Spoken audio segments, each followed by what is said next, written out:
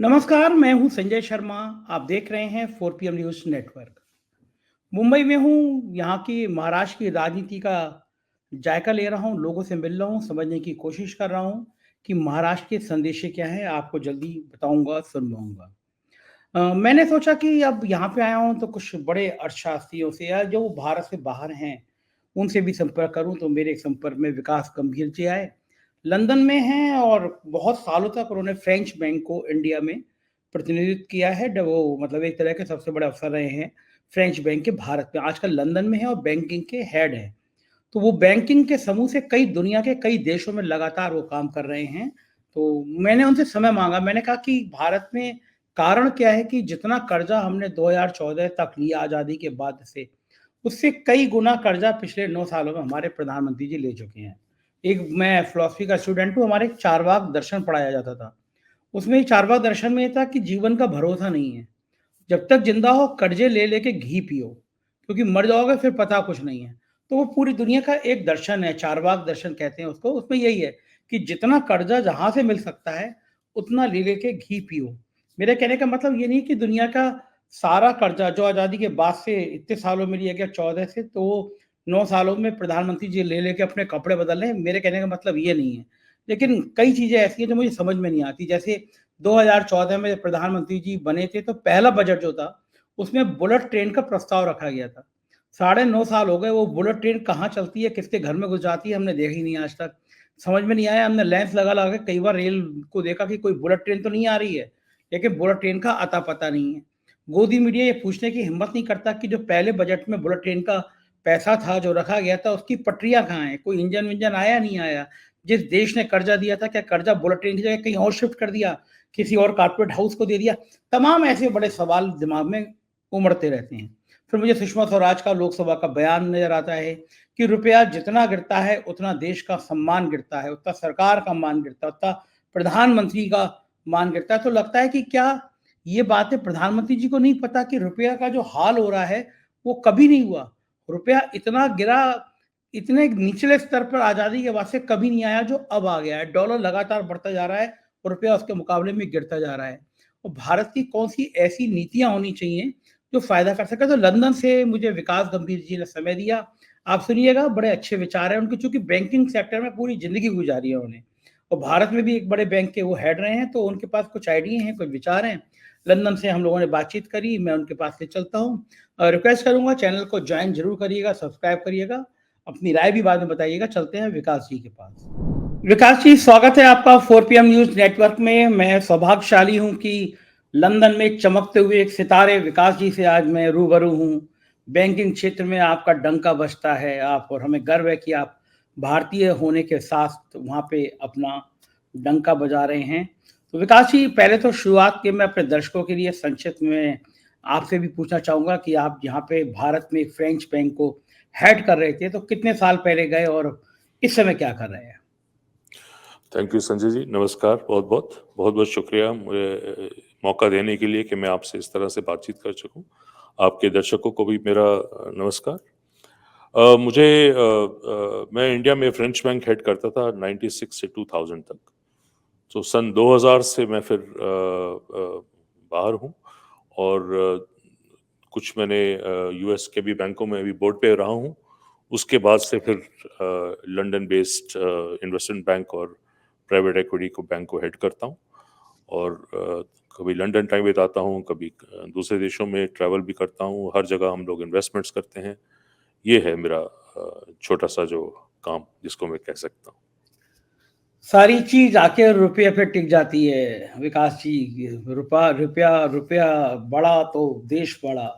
तो मैं ये जानना चाहता हूँ कि इन दिनों में पॉलिटिकली भी मैं जानना चाहता हूँ कि पहले कहा जाता था जब कांग्रेस की हुकूमत थी, तो भारतीय जनता पार्टी के नेता कहते थे कि किसी देश का रुपया जितना गिरता है उतना देश का सम्मान गिरता है, पूरी सरकार का मान गिरता है। कारण क्या है कि पिछले 9 सालों में रुपया डॉलर के मुकाबले में बहुत गिरा है।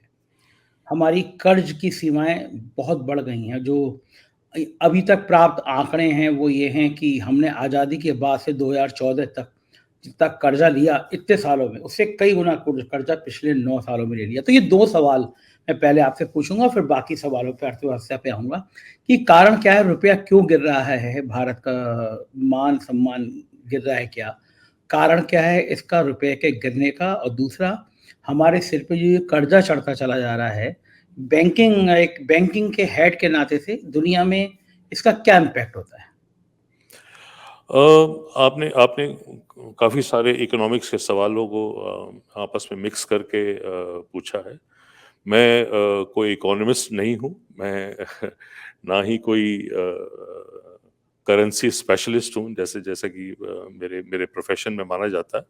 लेकिन हाँ, ये बातें ज़रूर सोचने वाली हैं कि जो मान-सम्मान है, जो देश का मान-सम्मान जब आप जिसकी बात करते हैं, जब बढ़ता है, वो बड़े कारणों से बढ़ता है और बड़े कारणों से घटता भी है।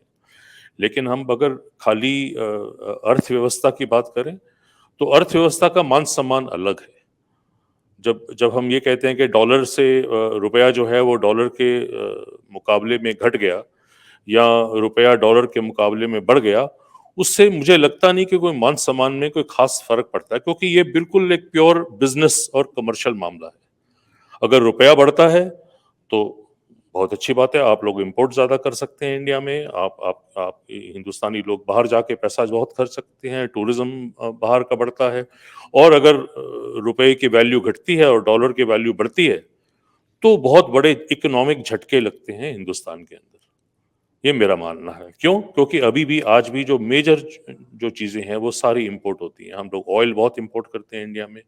जितना भी आप डीज़ल है, पेट्रोल है, हर चीज़ को हम इम्पोर्ट करते हैं। हमारा जो कोल है, जिससे कि हमारी बिजली बनती है, वो बहुत इम्पोर्ट होता है। हमारा यूरिया है, जो किसान यूज़ करते हैं, वो बहुत इम्पोर्ट होता है। इस तरह से और बहुत सारी चीज़, तो हमारे जो जो इम्पोर्ट की जो क्वांटिटी है, जो जो हमारा इम्पोर्ट का जो स्तर है, वो हमारे एक्सपोर्ट के स्तर से बहुत ज़्यादा है हिंदुस्तान के अंदर। तो हाँ, ये ज़रूर कह सकते हैं कि जब डॉलर की वैल्यू बढ़ती है और रुपए की वैल्यू घटती है, तो मान-सम्मान तो जो एक तरफ रह गया, लेकिन आर्थिक व्यवस्था पे बहुत ज़बरदस्त उसपे चोट लगती है। विकास जी, 2 देशों में बटी है, एक अमीर देश और एक गरीब देश। भारत की जनसंख्या बहुत बड़ी है, इस दृष्टि से भारत बहुत ताकतवर है कि हमारे पॉपुलेशन बहुत है। लेकिन हम गरीब देश हैं, क्योंकि हम कितना भी कहें, हम 5 ट्रिलियन हम इकॉनमी बना रहे हैं, हम 3 पे ले आएँगे, हमारी जीडीपी बहुत अच्छी चल रही है।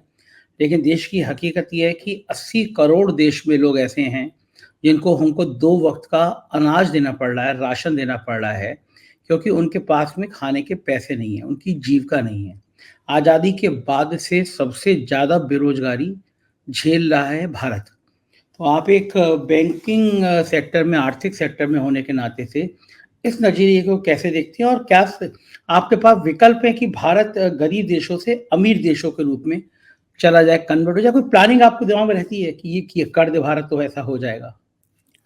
जब संजय जी हम भारत को देखते हैं, तो भारत एक अमीर देश के रूप में कभी-कभी नज़र आता है। लेकिन जैसे ही हम ऊपर की सतह को कुरेदना शुरू करते हैं, अगर मैं हिंदी ठीक से बोल रहा हूँ, हाँ, बहुत तो अच्छी आप बोल रहे हैं। हुँ, हुँ, हुँ, हुँ। तो आप जब ऊपर की सतह को कुरेदना शुरू करते हैं, तो उसकी थोड़ी असलियत जो है, वो सामने उभरनी शुरू हो जाती है। फिर जो आपको ऊपर नज़र आता है और जो आपको सतह के नीचे नज़र आता है, इन दोनों में बहुत बड़ा एक अंतर नज़र आता है। जैसे-जैसे आप उसमें कुरेदते जाएँगे, वो अंतर और भी बड़ा चला जाता है। उस उससे शायद आपको एक थोड़ा-सा इस बात का जवाब मिलता है कि हाँ, वो क्यों 80 करोड़ लोग हैं जिनको मैं समझता हूँ फूड सपोर्ट वगैरह जो जो है इंडिया में जो मिल रही है, ये वो कुरेदने पे पता लगता है। तो हाँ, अगर अगर हम जीडीपी को देखें, हम सोचें अरे वाह! इंडिया में बहुत तरक्की हो रही है, ये तो बहुत बढ़िया फ़िगर है, इसमें कोई शक नहीं है। लेकिन जैसे ही हम उसको उसको उसको एनालाइज़ करना शुरू करते हैं या हम सोचते हैं नहीं, अब हमको इंडिया की तरफ और देखना चाहिए, तो हमको उसकी जो जो जो जो ख़ामियाँ हैं या जो जो चीज़ नहीं है वहाँ पे, वो भी साथ-साथ उसका भी आभास होना शुरू हो जाता है। मेरे एक हम्बल ओपिनियन में मुझे ऐसा प्रतीत होता है कि इंडिया जो है एक अश्वमेध का घोड़ा है, एक जो पुराने ज़माने में था ना, भगवान राम ने भी एक अश्वमेध का घोड़ा छोड़ा था। तो मुझे लगता है इंडिया जो है एक अश्वमेध का घोड़ा है, जो चलते-चलते, भागते-भागते अब थोड़ा थक गया और उसको नींद आ गई है थोड़ी-सी। और नींद जो है वो थोड़ी लंबी हो गई, कुंभकर्ण वाली नींद, सो गया अश्वमेध का घोड़ा जो है। मुझे लगता है उस अब ये समय आ गया है कि वो उसको उस नींद से उठाना पड़ेगा। वो जो कुंभकर्ण की नींद जो जो वो जो लंबी वाली आर्थिक लंबी। व्यवस्था जो जिसमें वो स्लाइड कर गया है, उसको उससे उठाना पड़ेगा, थोड़े झटके देने पड़ेंगे। ये झटके देने का वो जो वक़्त है, ये काफ़ी समय से आया हुआ है। मुझे लगता है अगर वो झटके नहीं देंगे, तो हम शायद आगे बढ़ना थोड़ा-सा बंद कर देंगे। तो वो जो लिबरलाइज़ेशन जिसको हम बोलते हैं, जो मिड 90s में 90 के दशक में जो शुरू हुई थी, वो अब चलते-चलते अब इस एक ग्लास सीलिंग को टच कर गई है। उससे जितना हम लोगों ने तरक्की करनी थी, उस तरक्की तक हम पहुँच चुके हैं। वो उसके आगे बढ़ने के लिए थोड़े झटके देने की, थोड़े क्रिटिकल चेंजेस, थोड़े रेडिकल चेंजेस करने की ज़रूरत है मेरे हिसाब से। तो ये आपको मेरा क्या लगता है? ओपिनियन है। हाँ, नहीं बिल्कुल ठीक है। विकास जी जाने-माने प्रोफ़ेसर हैं, अरुण कुमार जी अर्थशास्त्री हैं। जी हाँ, जी उन्होंने हाँ। मेरे इंटरव्यू में आप जानते होंगे अरुण कुमार जी को पूरी दुनिया जानती है। सॉरी। उन्होंने मेरे साथ इंटरव्यू में कहा कि भारत में जो आंकड़े हैं, वो 2015 के बाद बनाए नहीं गए। हम जो स्किल्ड लोग हैं, 6% उनका डेटा ले लेते हैं, लेकिन जो अनस्किल्ड लेबर है, अनस्किल्ड लोग हैं, जिनकी आबादी ना 90% से ज़्यादा है, उनके डेटा हम जुटा नहीं रहे हैं। तो जो 6% हैं, उनके डेटा से 2015 से हम अपने सारे आंकड़े बना रहे हैं, यानी जीडीपी के आंकड़ों में भी हमने थोड़ा-सा हेरा-फेरी करी और बाकी भारत की असली तस्वीर इसलिए सामने आ नहीं पाई क्योंकि जो ओरिजिनल डाटा है, ओरिजिनल चीज़ें हैं, वो हमने जुटाई नहीं। और मैं दूसरा मूल चीज़ जो पूछना चाहता हूँ आपसे, वो कुरेदना चाहता हूँ आपके माध्यम से, चूँकि आप बैंकिंग में हैं, तो एक-एक चीज़ जानते हैं आप कैसे होता है। इस हालत में हम पहुँच कैसे गए कि 80 करोड़ लोगों को हम 2 वक़्त का अनाज देने पे मजबूर हो गए, क्योंकि 80 करोड़ बहुत बड़ी आबादी है, 140 करोड़ की आबादी देश में 180 करोड़, आधे से भी ज़्यादा आबादी भूखी है। तो ये हालात एक विस्फोट की तरफ इशारा नहीं करते कि मतलब ज्वालामुखी है। देश की आर्थिक व्यवस्था कुछ लोग कहते हैं चरमराती है जब आप इतना सारा सब्सिडी अनाज में देती हैं, लेकिन गरीब करे क्या? उसके पास या तो काम हो या उसके पास खाने को अनाज हो। तो मैं ये जानना चाहूँगा कि इन हालातों में जो ये आपका घोड़ा सोया या कुंभकर्ण की जो नींद आई, इसके पीछे मूल कारण क्या था? ज़रा मुझे थोड़ा विस्तार से ऐसा बताइए जो मेरे दर्शक भी समझ सकें कि देश ने ऐसा क्या किया, देश की आर्थिक रफ्तार ऐसी कैसी हो गई कि ये घोड़ा सो गया, हम लोग कुंभकर्ण की नींद सो गए, आर्थिक व्यवस्था हमारी चरमरा गई। थोड़ा और रुपया कहाँ से कहाँ गिर गया? क्या वो भी इसके पीछे वजह है? सबसे पहले तो आपने प्रोफ़ेसर अरुण कुमार का नाम लिया। मेरे ओपिनियन में वो एक बहुत बड़े अर्थशास्त्री हैं। मैं उनकी बहुत इज़्ज़त करता हूँ। मैं उनको जानता नहीं हूँ, लेकिन उनके बारे में मैंने पढ़ा है, उनका लिखा हुआ भी पढ़ता हूँ और उनके जो जो इंटरव्यूज़ हैं, उनकी जो कमेंट्स हैं, उनको भी पढ़ता हूँ। तो आपके माध्यम से मैं अपनी रिस्पेक्ट्स उनको देना चाहूँगा। दूसरी बात आपने बोली कि जो आपने कारण पूछे कि 80 करोड़ लोगों वाले जो जो कारण हैं, या वो उनको वो अनाज वगैरह क्यों दिया जाता है, ये इसका जवाब तो सरकार ही दे सकती है। इसका जवाब तो जो ब्यूरोक्रेट हैं, जो इस चीज़ को रोज़ाना मैनेज करते हैं, उनको दे सकते हैं। जो आंकड़े आते हैं जो आंकड़े आते हैं, आंकड़े आंकड़ों को अगर मैं इंडिया के बाहर बैठा हुआ बैंकर हूँ और मैं आंकड़ों को देख रहा हूँ, और मैं आपको ये यकीन दिलाता हूँ कि मैं तो बहुत छोटा सा बैंकर हूँ, लेकिन जो जो बड़े-बड़े बैंक्स हैं, जो बड़े-बड़े अर्थशास्त्री हैं, वो हर समय इंडिया की तरफ देख रहे होते हैं। इंडिया एक ऐसी इम्पोर्टेंट इकोनॉमी है, जिसको कोई भी आदमी इग्नोर नहीं कर सकता और ना ही करना चाहिए। मेरे जैसा व्यक्ति तो देखता ही देखता है, और इसलिए भी क्योंकि मैं हिंदुस्तानी हूँ। लेकिन जो जो ग्लोबली बिज़नेस कर रहा है, हर आदमी इंडिया को इग्नोर नहीं कर सकता। उसको इंडिया की तरफ देखना, हर आदमी ये चाहता है कि मुझे इंडिया में अपॉर्च्युनिटी मिले, मैं कोई ना कोई काम इंडिया में करूँ, कोई इन्वेस्टमेंट करूँ, कोई प्रोजेक्ट लगाऊँ, कुछ ना कुछ करूँ। तो आंकड़े जो हैं, वो बहुत अहमियत रखते हैं। आंकड़े बहुत अहमियत रखते हैं। ये मानना गलत होगा कि आंकड़ों को ढंग से देखा नहीं जाता। आंकड़ों की एक-एक चीज़ को अच्छी तरह से देखा जाता है। हर जगह पे देखा जाता है। तो ठीक है, जो आंकड़े आए हमको उनको मानना पड़ता है, हम उन्हीं आंकड़ों पे बेस नेचुरली, करके नेचुरली बेस अपने आपको तो हम विकास जी आपको पता ही नहीं होगा ना, हम जो आंकड़े देंगे, वो आंकड़े जैसे मैं एक उदाहरण बता दूँ छोटा-सा, अलग करके है। जैसे पहले आत्महत्या का रिकॉर्ड आता था कि कितने किसानों ने आत्महत्या करी, बहुत बड़ा दर है वो भारत में। अब वो रिकॉर्ड नहीं आता। डेटा का जो आरटीआई का अधिकार था वो खत्म हो गया, यानी प्रैक्टिकली सरकार ने छुपाना शुरू किया, ये बात वहाँ से पैदा हुई। अरुण कुमार जी का भी मानना था, आप तो नेचुरली बाहर बैठे हैं, आप लंदन में हैं, जो सरकार के रिकॉर्ड में आंकड़े होंगे, आप उसी को देख के कहेंगे कि यार जीडीपी कैसी चल रही है, क्या चल रही है। लेकिन जब हम प्रैक्टिकली देखते हैं कि देश में चंद लोग अमीर होते चले जा रहे हैं, जैसे मैं छोटा-सा उदाहरण दूँगा आपको। मेरा एक दोस्त है लखनऊ में, सचिन करके नाम है उसका, श्रीराम टावर में उसकी दुकान है, तो मैं उसके पास में जब एप्पल 15 आया मैं गया। मैं जनरल जानकारी देखने जा रहा था कि लोगों के पास रुपए का फ्लो कितना है। तो मैंने तो पूछा कि भाई एप्पल 15 आए हुए 10 दिन हो गए, बिक्री कैसी चल रही है? उसने कहा रिकॉर्ड बिक्री चल रही है, मतलब जितने से आ रहे हैं सब बिक जा रहे हैं। तो मैं कहा फिर तो लोगों के पास बहुत पैसा है, मतलब जो एप्पल 15 1 लाख का फ़ोन खरीदने की इतनी रिकॉर्ड बिक्री चल रही है। बोले लेकिन सर इसके उल्टा जो 5,000 रुपए तक का फ़ोन था, जो कभी गरीब आता था, कभी क्लर्क आता था, उसकी बिक्री में 80% कमी आ गई है। यानी जो मैं अरुण जी समझाना चाह रहे थे, जो मैं कहना चाह रहा हूँ कि इस देश में अमीर अमीर हो रहा है और गरीब गरीब हो रहा है, और किसी भी देश में ये जो संतुलन गड़बड़ाता है अमीरी का गरीबी का, वो बहुत बड़ा विस्फोट ला देता है। इसी बीच में किसान हमारे देश की धुरी हैं। किसान ही भारत कृषि प्रधान देश है, हम बचपन से पढ़ते आए हैं। तो आपको क्या लगता है किसानों के बारे में, किसानों को मुख्य धारा से किस तरह जोड़ा जाए, उनके हाथ में पैसा कैसे आए? क्योंकि किसान के हाथ में पैसा आएगा तो पूरी इकोनॉमी घूमेगी।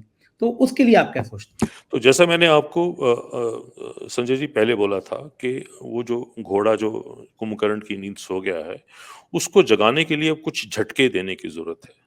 उनमें से एक झटका जो है, वो किसानों की तरफ भी आता है। यानी एग्रीकल्चर सेक्टर में हमको वो झटके देने की ज़रूरत है। हमारा एग्रीकल्चर सेक्टर जो है, उसको हम हमेशा एक ए एक इस तरह से ट्रीट करते हैं जैसे वो इंडस्ट्री नहीं है, वो खाली गरीब लोगों का सेक्टर है, उसमें खाली गरीब लोग जुड़े हुए हैं, उनको थोड़ी बहुत सब्सिडी दो, उनको थोड़ा बहुत पैसा हाथ में पकड़ाओ तो बस वो इस बात से खुश हो जाएँगे। लेकिन अगर आप ध्यान से देखें, तो एग्रीकल्चर सेक्टर में हमारे यहाँ पे जो सबसे बड़ी तकलीफ है, वो ये है कि हमारी होल्डिंग्स बड़ी छोटी हैं। यानी एक किसान जो है, उसके पास जो जगह है, जिस पे वो अपनी चीज़ें जो अपने खेती करता है, उस जगह का साइज़ जो है, वो जो उसकी होल्डिंग है, वो बहुत छोटी है। अगर वो होल्डिंग छोटी है, उसके बावजूद वो उस पे पैदावार कर रहा है और वो पैदावार अगर सारी हम इकट्ठी करके देखते हैं, तो वो पूरा देश को पाल रहा है। तो मेरे हिसाब से किसान के हाथ में हमको और पैसा पकड़ाना बहुत ज़रूरी है, आज की डेट में। ये मेरा सख्त मानना है। उसको बहुत सारे देशों में संजय जी ऐसा होता है कि किसान की होल्डिंग यानी किसान का जो लैंड है, उसके ऊपर बेस करके उसका एक हिसाब-किताब बना के हम उसको लैंड के बेस पे उसको हाथ में हम सालाना या महीना या 6 महीने या 3 महीने उसको हम पैसा पकड़ा सकते हैं ताकि वो अपनी उपज करे।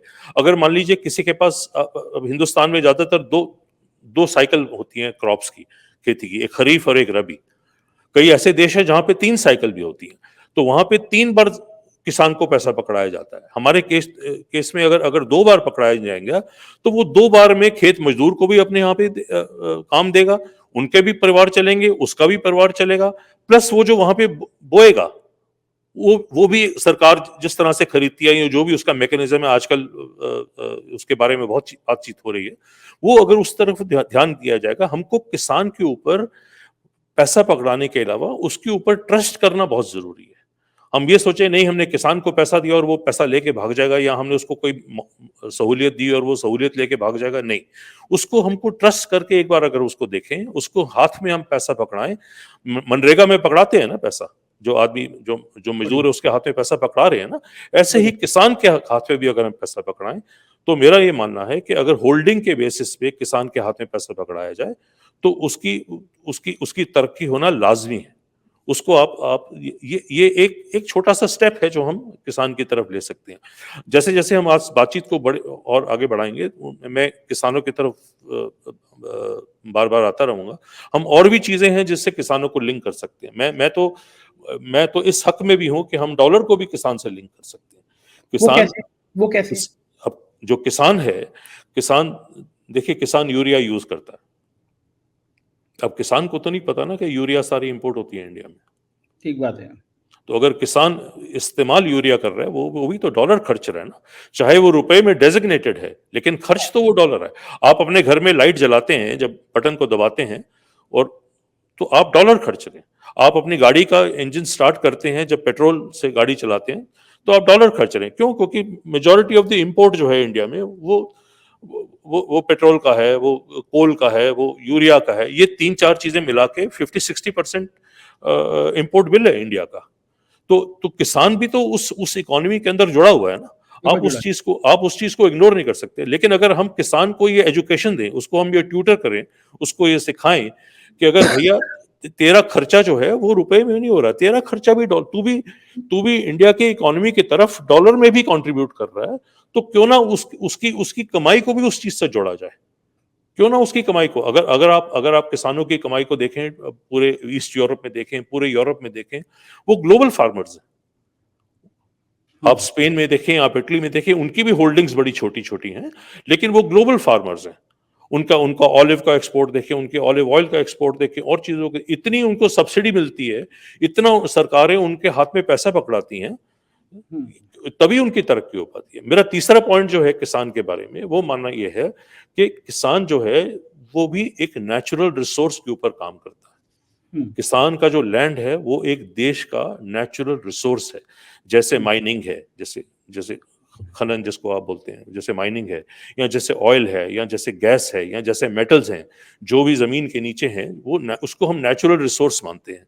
हम माइनिंग का जी बात आती है तो माइनिंग को तो हम ऑक्शन कर देते हैं, इंडिया में ऑक्शन करते हैं, और भी बड़ी जगह पे इस तरह से काम होता है। ऐसे ऑयल ब्लॉक्स हैं, उनको भी ऑक्शन किया जाता है।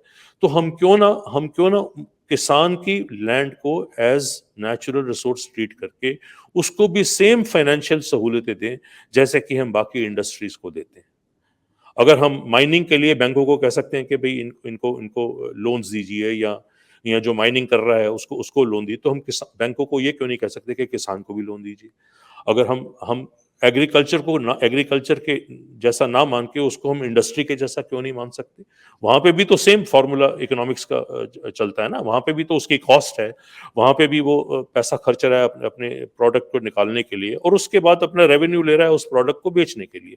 तो उसको भी हम क्यों ना एक इंडस्ट्री के दर्जा ना दे के, लेकिन इंडस्ट्री जैसी ट्रीटमेंट तो दे सकते हैं, जैसा हम ऑयल को देते हैं, जैसे हम गैस को देते हैं, जैसे हम दूसरे नेचुरल रिसोर्सेज को देते हैं, ऐसा हम किसान को भी दे सकते हैं। अब ये तो जो जो जो जो पॉलिसी मेकर्स हैं, या जो रोज इन आंकड़ों को देखते हैं, या जो रोज इन चीज़ों से डील करते हैं, वो बेहतर इन चीज़ों पे पॉलिसीज बना सकते हैं। लेकिन मेरा मानना है कि ये 3-4 पॉइंट्स अगर हम किसानों के बारे में सोचें, तो वो सेक्टर बिल्कुल टोटली चेंज हो सकता है, जैसे कि बाकी दुनिया में चेंज हुआ है। बिल्कुल ठीक कह रहे हैं, और भारत की पूरी अर्थव्यवस्था है वो। और जो आप बैंकिंग की बात कर रहे हैं, खाते सबके खुलवा दिए गए, सरकार इसका दावा करती है हमने सबके खाते खुलवा दिए, लेकिन जब उन खातों में पैसे ही नहीं होगा तो किसान करेगा क्या? आप उसको आत्म सम्मान निधि के नाम पे कुछ पैसा दे देते हैं, लेकिन आपने कहा कि हम उसको लोन दिलवा देंगे, ऋण दिलवा देंगे, लेकिन बैंक आसानी से ऋण नहीं देते। बैंकों के लिए बड़े-बड़े पूंजीपतियों के तो ऋण होते हैं, जिनको लेके भाग जाते हैं। विजय माल्या से लेके चौकसी भाई तक हज़ारों करोड़ रुपए लेके भाग गए हैं, कुछ तो आपके लंदन में ही हैं। लेकिन किसान 1 लाख का भी कर्जा लेना चाहेगा तो उसको मेरे कागज़ात चाहिए होते हैं, और फिर 2 किश्तें खत्म हो जाए तो उसकी रिकवरी के लिए आ जाते हैं। कई लोग तो ऐसे घटनाएँ सामने आई हैं दर्दनाक कि ₹5000 ₹10,000 बकाया है, नहीं दे पाया, बैंक ने आरसी काट दी, पुलिस और बैंक मिलके धमकाते हैं, और वो आदमी बंग पेड़ पे रस्सी से लटक गया, केवल ₹10,000 उसके पास में नहीं थे। ओहो।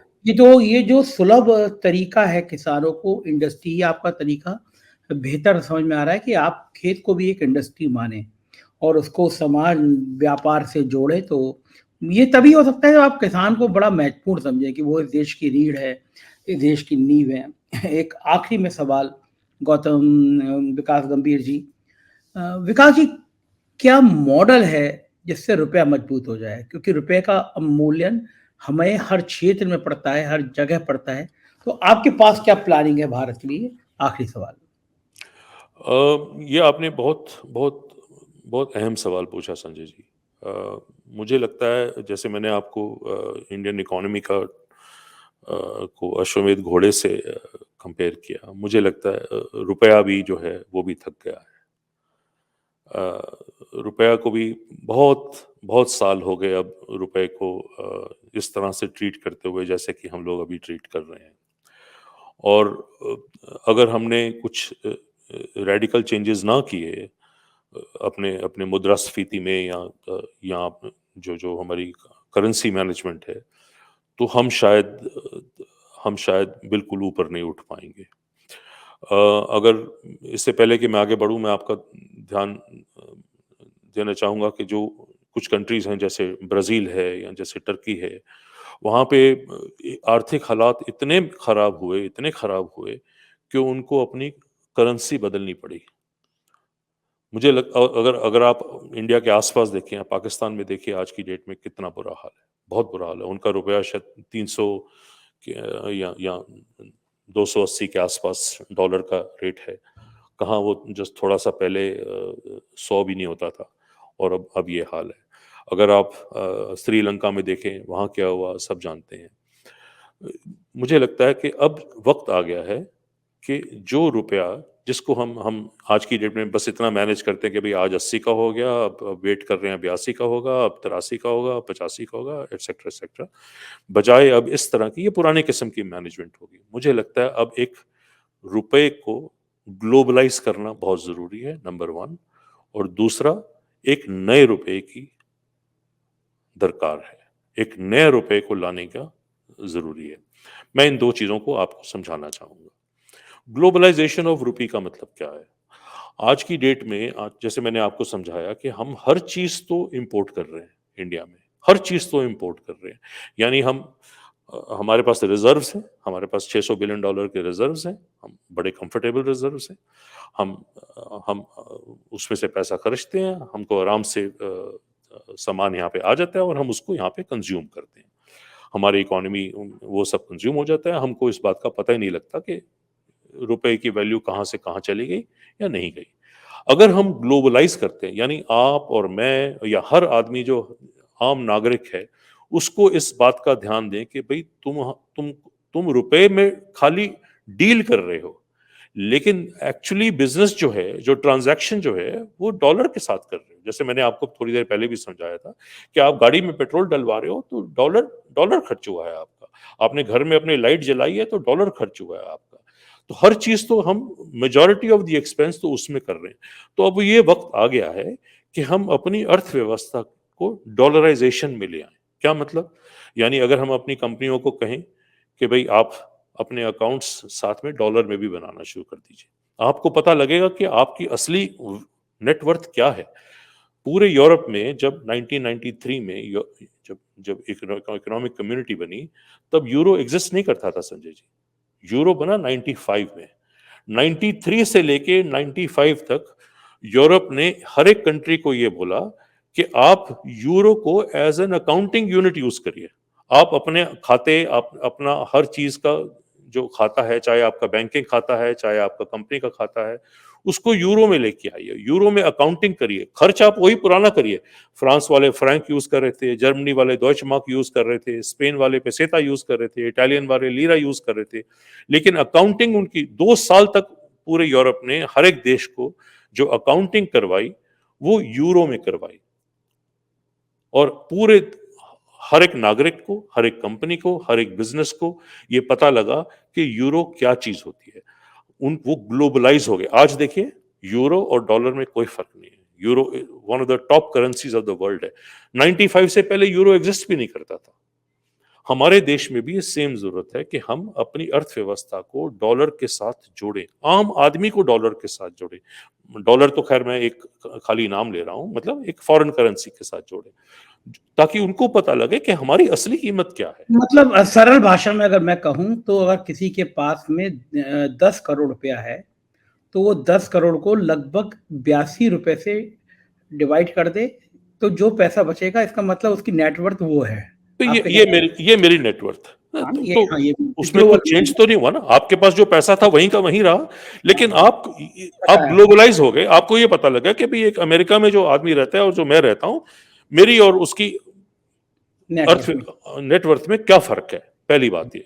दूसरा, अब जरूरत है एक नया रुपया लाने की, यानी इससे पहले कि बहुत देर हो जाए, इससे पहले कि हमारी इन्फ्लेशन बहुत बढ़ जाए, इससे पहले कि हमारी रुपए की वैल्यू बहुत डाउन होनी शुरू हो जाए, एक नया रुपया लाने की जरूरत है। हम एक नया रुपया धीरे धीरे ला सकते हैं, जिसमें उससे हम क्या फायदा होगा? उससे क्या फर्क उससे पड़ेगा? उससे उससे इकोनॉमी एक नई उड़ान लेगी, उससे बिजनेसेस एक नई उड़ान लेंगे। रुपए तो जो लाए थे, 2000 का नोट लाए थे, हम बंद करना पड़ा वो हमें। नहीं, मैं डिनोमिनेशन की बात नहीं कर रहा हूँ, मैं रुपए की वैल्यू विज़ावी डॉलर की बात कर रहा हूँ। तो अगर मान लीजिए जैसे कि ब्राजील या टर्की या और थर्ड वर्ल्ड कंट्रीज ने हिस्ट्री में किया हुआ है, लेकिन उन्होंने तो बहुत देर से किया, लेकिन हमको वक्त रहते हुए ये काम करना चाहिए कि थोड़ा जब मैं थोड़ा सहज भाषा में समझाइए जो दर्शक समझ पाए कि अगर आपका नए नोट आने से चलन नहीं है, तो फिर नई नई इस करेंसी का क्या मतलब है तो आपके लिए? मान लीजिए आज आपके पास जो रुपया है, मुझे $1 खरीदने के लिए 82 रुपए या 83 रुपए खर्चने पड़ते हैं। मैं एक नया रुपया लेके आता हूँ, जिसमें मान लीजिए मैं खाली 40 रुपए का $1, तो यानी जो 40 रुपए की जो उसकी इन्फ्लेशन है, वो मैंने उसके अंदर एब्जॉर्ब कर ली एक नई करेंसी में।